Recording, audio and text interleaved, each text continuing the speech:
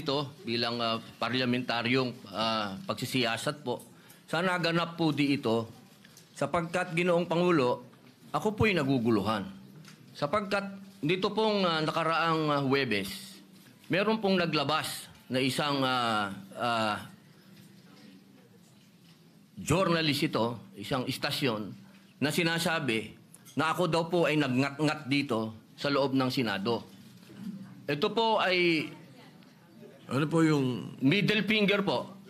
Habang tayo daw po ay nagsasagawa ng lupang hinirang, nagpa-flag ceremony, ako daw po ay nagngat-ngat. At ito po ay naging malaking issue.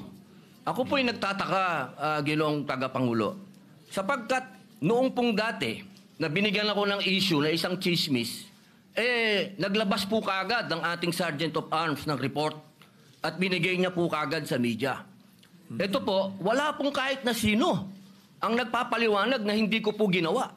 Ang tanong ko po, meron po ba tayong tinititigan sa tinitingnan dito? Kasi napakabigat po ng akusasyon na ito sa harapan po ng ating bandila. Ako po yung magngangat-ngat. At gusto ko pong ipaalam sa ating mga kasama, kung politika lang, handa po ako mag-resign. Pero pagka-religion ko po ang pinag-usapan, kahit sino sa inyo, kung ano gusto nyo. Wala pong problema. Pero wag pong religion ko. Hinihingi ko po, wag pong religion ko, mahal na tagapangulo. Dahil ito po'y malaking kabastusan sa amin. Ito po, ang sinisip na ko po, ito po'y nag-iisang Diyos.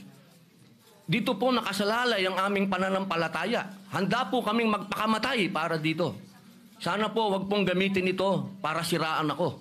Dahil sinasabi ko po, mahal na tagapangulo, kung gusto niyo ako mag-resign, ngayon na, kung gusto ninyo. Huwag niyo akong siraan. Yun lamang po. Maraming salamat po.